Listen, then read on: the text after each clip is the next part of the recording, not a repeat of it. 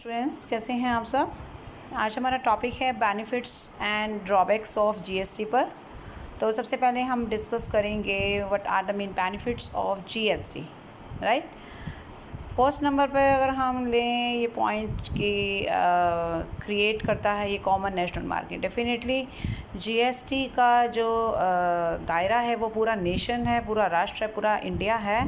और one single tax for one nation वाला जो कॉन्सेप्ट इस पर लागू हो रहा है, ऑब्वियसली ये एक इम्पॉर्टेंट रिफॉर्म कह सकते हैं, सुधार कह सकते हैं, इम्प्रूवमेंट कह सकते हैं टैक्सेशन सिस्टम ऑफ इंडिया में।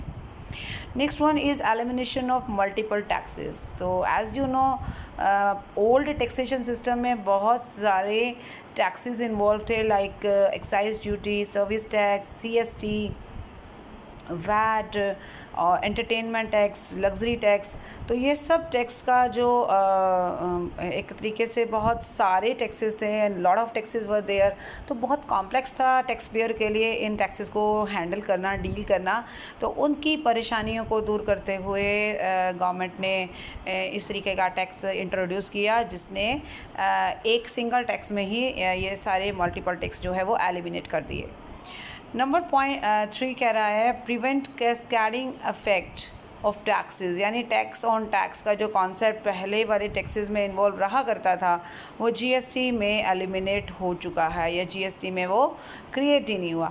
तो इनपुट टैक्स क्रेडिट आपको हर स्टेज पर अवेलेबल होगा, वो मैन्युफैक्चरिंग से लेकर फाइनल कंजम्पशन तक की जो लंबी स्टेज है हमारी उस पर। Now the next point is improve the overall investment climate. Overall investment climate means कि डेफिनेटली जब कहीं किसी भी नेशन में टैक्स सिस्टम में कुछ इम्प्रूवमेंट आता है तो उससे ओवरऑल जो विनियोग है, जो इन्वेस्टमेंट है, उसका जो एक सिनेरियो है वो चेंज हो जाता है और एक नया रूप और नया सुधरा हुआ रूप, इम्प्रूव्ड वर्जन जो है वो इन्वेस्टर्स को देखने को मिलता है। तो टैक्स सिस्टम में अगर किसी भी तरह का इम्प्रूवमेंट करेंगे तो डेफिनेटली एक इन्वेस्टमेंट की जो पिक्चर है वो एक इम्प्रूव्ड रूप में हमारे सामने आती है, और डेफिनेटली ये देश के इकोनॉमिक ग्रोथ के लिए बहुत ज़रूरी भी है। Next point is reduction in compliance cost. Obviously जब कोई भी नया सिस्टम आता है तो वो लेस टेक्नोलॉजिकल प्रॉब्लम को लेकर आएगा, इसमें कोई डाउट नहीं है। तो जीएसटी ने बहुत सारे प्रॉब्लम्स को सॉर्ट आउट किया है, लाइक डिफरेंट टैक्सेस में जो डिफरेंट कंप्लाइंस थी और उनको हैंडल करने के लिए जो record keeping and man power की जो ज़रूरत महसूस होती थी वो अब एक सिंगल टैक्स में उतनी महसूस या फील नहीं होती। Okay, next one is simplified and automated procedure. Definitely GST में everything is online, you can pay your taxes online, you can register yourself online, you can take the benefit of input tax credit online, और everything can be verified online. तो एक simple but automated procedure है जो less time consuming है, जो less problematic है। तो obviously एक प्रोसीजर ज़रूर आपका टेक्निकल रहेगा, लेकिन इससे बहुत सारी हर्डल्स, बहुत सारी परेशानियों से हम बच सके हैं। Okay, next point is reduction in corruption. Corruption तभी क्रिएट होता है जब एक चेन में या एक दो लोगों के बीच में जो इंटरफेयर करने के लिए बहुत सारे और लोग इन्वॉल्व होते हैं, तो वहाँ कहीं ना कहीं करप्शन इन्वॉल्व होता है, राइट। यहाँ टैक्स पेयर और टैक्स पेई यानी गवर्नमेंट में और टैक्स पेयर के बीच में जो दायरा है, जो गैप है, वो किसी भी तरह के इंटरफेरेंस से बाहर है, राइट। तो obviously because everything is online and एक प्रॉपर प्लेटफॉर्म है जीएसटी पोर्टल है जिस पर आप रजिस्ट्रेशन करते हैं और अपना टैक्स पे करते हैं, या फिर ऑब्वियसली और भी बहुत सारी एक्टिविटीज़ जो है जीएसटी से रिलेटेड है वो परफॉर्म करते हैं। तो जो ट्रांसपेरेंसी है वो ऑल टैक्सेशन सिस्टम के कंपैरेटिवली जीएसटी में हमें ज़्यादा देखने को मिलती है। प्लस कोई भी ऐसा एडमिनिस्ट्रेटिव लेवल पे कोई भी रुकावट या परेशानी हम नहीं देख रहे इसमें। Next point is improve compliance. तो ये पॉइंट एक बार फिर से आया है कि जो भी आप जीएसटी की एक्टिविटीज़ परफॉर्म करते हैं उसमें उनको फुलफिल करना, उनकी एक तरीके से पूर्ति करना, that is not very complicated, that is very easy, simplified and obviously transparent है। और प्रोसीजर जो है वो एनकरेजिंग प्रोसीजर है जिसमें पेपरलेस सिस्टम अडॉप्ट किया गया है। Reduce the incentive for evasion. Evasion means चोरी, टैक्स की चोरी। तो अगर आप के सामने जो भी सिस्टम है, अगर वो ऑनलाइन है और वो सिस्टमेटिक ढंग से उस पर काम किया जाता है और उसमें ट्रांसपेरेंसी अवेलेबल है एंड उस पर कॉम्प्लिकेशंस जो हैं वो कम हैं, तो डेफिनेटली ये एक तरीके से टैक्स चोरी को भी अवॉइड करेगा। बहुत सारे लोग बहुत सारे एसेसिस टैक्स इवेज़न सिर्फ इसीलिए कर पाते हैं क्योंकि वो सरकार की कुछ नीतियां या कुछ पॉलिसीज़ या कुछ प्रोसीजर्स को अपने हिसाब से मोल्ड कर देते हैं और उनके बीच में जो लूप होल्स हैं, जो कमियां हैं, उनका फ़ायदा उठाते हैं। अगर ये कमियां हटा दी जाएं, अगर ये ड्रॉबैक्स हटा दिए जाएं, तो डेफिनेटली एसएससी इस तरीके का काम नहीं करेगा, वो उसे अवॉइड करेगा। Next is companies tax burden likely to come down. Company का टैक्स बर्डन कैसे कम हो गया? यहाँ पर कंपनी का मतलब सिर्फ कंपनी से नहीं है, यहाँ मैन्युफैक्चरर से है, यहाँ पर प्रोड्यूसर से है, यहाँ पर इंडस्ट्रियलिस्ट से है, यहाँ बिजनेसमैन से है। ओके, कोई भी बिज़नेस कब सर्वाइव करता है? जब प्रॉफिट्स आते हैं। प्रॉफिट्स कब आपको रेज होंगे? जब आपका सेल इंक्रीज़ होगा। सेल कब इंक्रीज़ होगा? जब लोग डिमांड करेंगे। डेफिनेटली डिमांड कब करेंगे? जब कंजम्पशन ज़्यादा होगा। और कंजम्पशन कब ज़्यादा होगा? जब लोगों के पास पैसा होगा, लोगों के पास एम्प्लॉयमेंट होगा। तो ये सारी चीज़ें एक दूसरे के साथ कनेक्टेड हैं।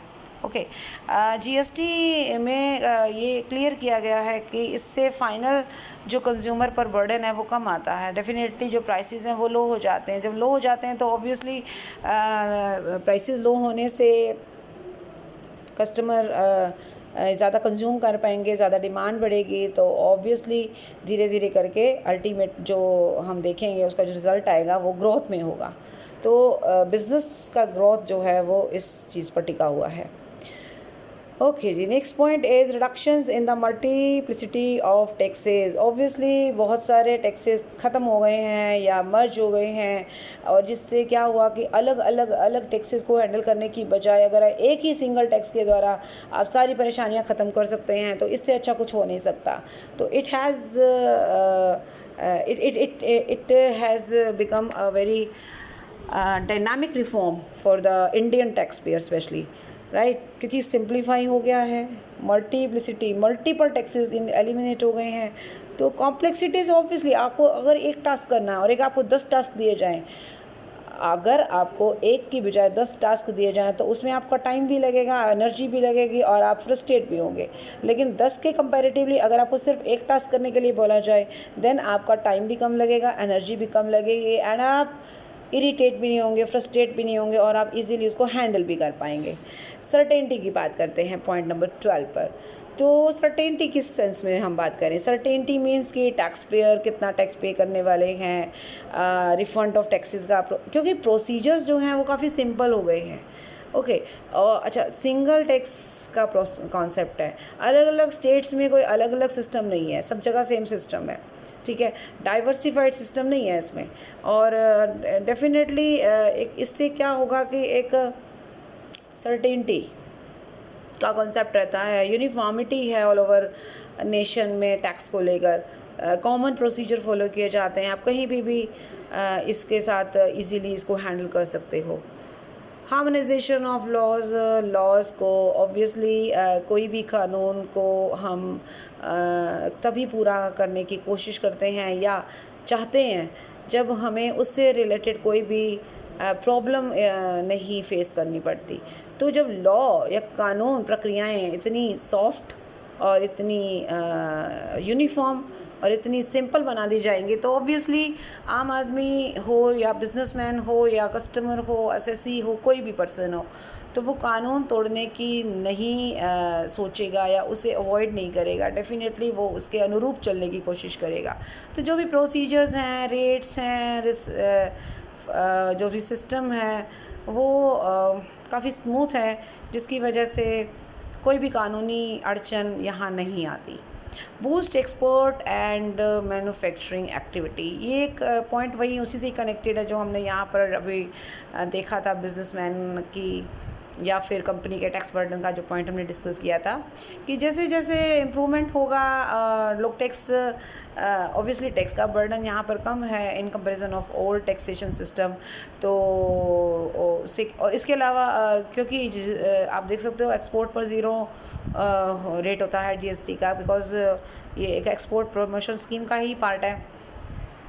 इससे क्या होगा, हमारे एक्सपोर्ट्स में इम्प्रूवमेंट होगा और एक्सपोर्ट ज़्यादा होंगे तो हमारी डिमांड बढ़ेगी, हमारे प्रोडक्ट की डिमांड बढ़ेगी, एंड देन मैन्युफैक्चरिंग बढ़ेगी। मैन्युफैक्चरिंग होगी तो ज़्यादा होगी तो लोगों को एम्प्लॉयमेंट मिलेगा, तो obviously all over economic development में इम्प्रूवमेंट देखने को मिलेगा।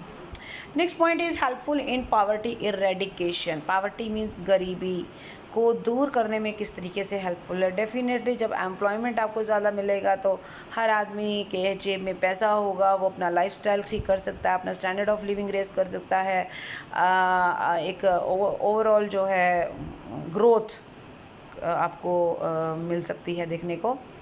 Making products more competitive in the international market. जब एक्सपोर्ट्स बूस्ट किए जाते हैं तो डेफिनेटली उसके लिए ये भी सीन ज़रूरी है कि जो हमारे प्रोडक्ट हो इंटरनेशनल मार्केट के साथ compete करने लायक हों।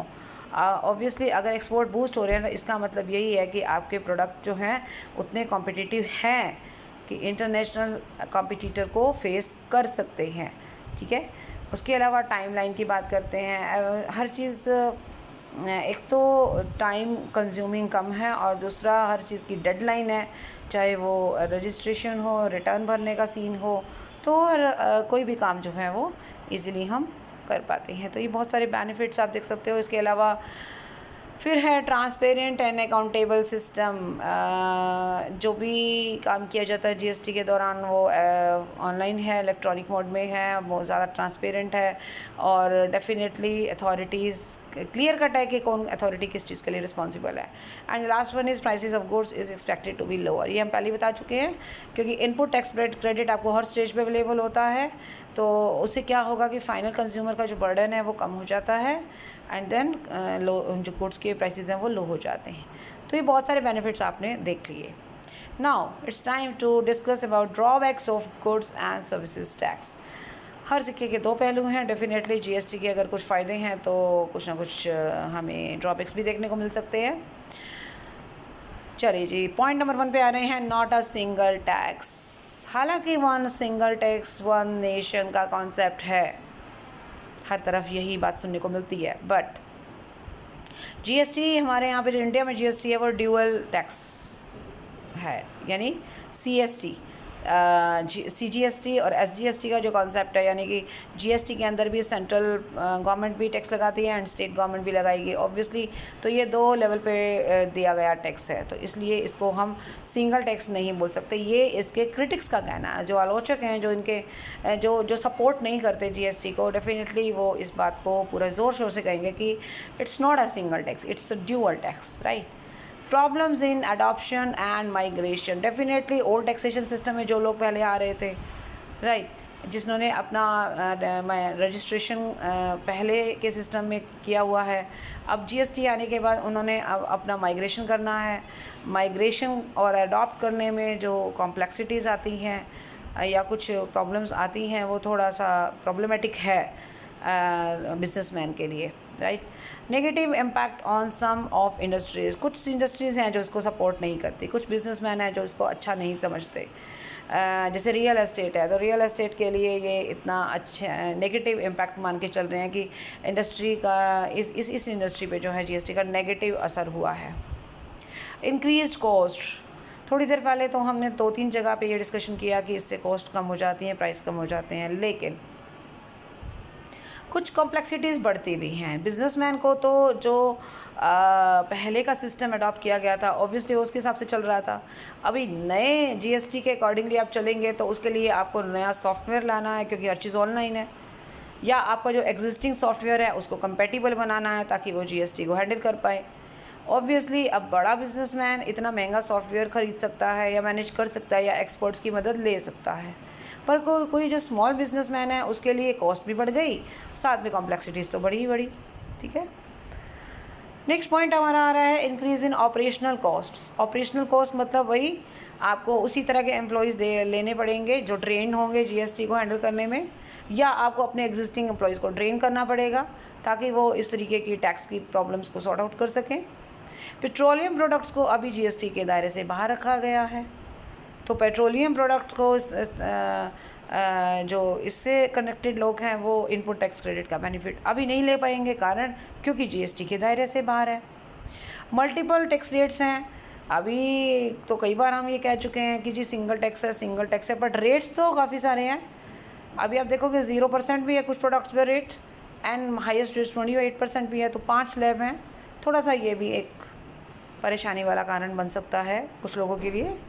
Problems due to multiple state registration, ये एक अलग से दिक्कत है कि बिजनेसमैन को अगर डिफरेंट स्टेट्स में बिज़नेस करना है तो उसको हर स्टेट का ऐसे के अकॉर्डिंगली अपना रजिस्ट्रेशन कराना होगा, मतलब जितने स्टेट्स उतना ही रजिस्ट्रेशन, तो ये भी एक कॉम्प्लेक्स टास्क हुआ। Problems related with assistance mean professionals की ऑब्वियसली आपको मदद लेनी होगी। आप अपने आप इजीली उन चीज़ों को हैंडल नहीं कर पाओगे, इनके लिए एक्सपर्ट की ज़रूरत पड़ेगी जो जीएसटी को अच्छे से समझता हो। कंप्यूटराइज्ड जीएसटी, ऑब्वियसली हर आदमी कंप्यूटर की नॉलेज नहीं रखता है, हर बिजनेसमैन उतना पढ़ा लिखा उतना नॉलेजेबल नहीं है, उसके लिए उसे कंप्यूटर प्रोफेशनल्स की ज़रूरत है। अगर उसके पास उतना पैसा नहीं है तो ये एक अलग से परेशानी है। तो ऑब्वियसली ये एक नीड है कि आपको सारे सिस्टम कंप्यूटराइज करने होंगे और आपको उस चीज़ की नॉलेज भी होनी चाहिए। अनस्टेबल इकॉनमी, अनस्टेबिलिटी का मतलब यहाँ पर हम ये कह सकते हैं कि जब भी कोई नया सिस्टम आता है इकॉनमी में, उसको अडॉप्ट किया जाता है, तो डेफिनेटली कुछ टाइम तक ज़रूर इकॉनमी में हलचल रहती है। फॉर एग्ज़ाम्पल जब जीएसटी आया था या जब डीमोनेटाइजेशन हुआ, तो आप देख सकते हैं कि काफ़ी उथल पुथल रही कुछ समय तक, और ऑब्वियसली इकॉनमी को स्टेबल होने में थोड़ा टाइम लगता है। Old wine in a new bottle, definitely कहावत बिल्कुल फेमस है और इस पर लागू भी होती है, ऐसा इसके आलोचकों का कहना है।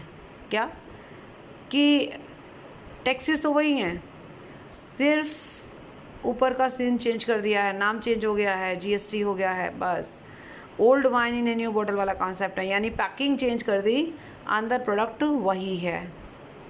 Restrictions on composition scheme holder, composition scheme क्या है कि आप अगर आप गुड्स के साथ सर्विसेज भी प्रोवाइड कर रहे हैं, राइट, तो उसके लिए आप अगर एक पर्टिकुलर लिमिट के अंदर आपकी टर्नओवर है, देन आपको कॉम्पोजिशन स्कीम का बेनिफिट मिल सकता है। ये कुछ ही टैक्स पेयर पे लागू होता है। बट एक चीज़ और जो इम्पॉर्टेंट है कि टैक्स पेयर को अगर ये बेनिफिट लेना है तो उसको एक ही स्टेट में, यानी कि जिस स्टेट में वो काम कर रहा है उसी स्टेट में ही उसका सेल होना चाहिए। इंटर स्टेट सेल पे लागू नहीं होती ये कॉम्पोजिशन स्कीम, ये ध्यान में रखिएगा।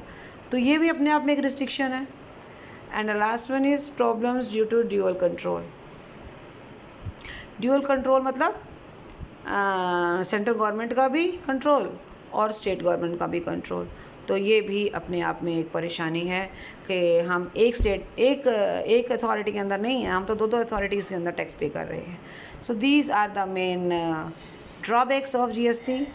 बेनिफिट्स भी देख लिए, जीएसटी भी देख लिए, जीएसटी के अपने ड्रॉबैक्स भी देख लिए। सो इस वीडियो में बच्चों इतना ही, नेक्स्ट वीडियो में हम और आगे डिस्कस करेंगे। Thank you so much, bye bye, take care.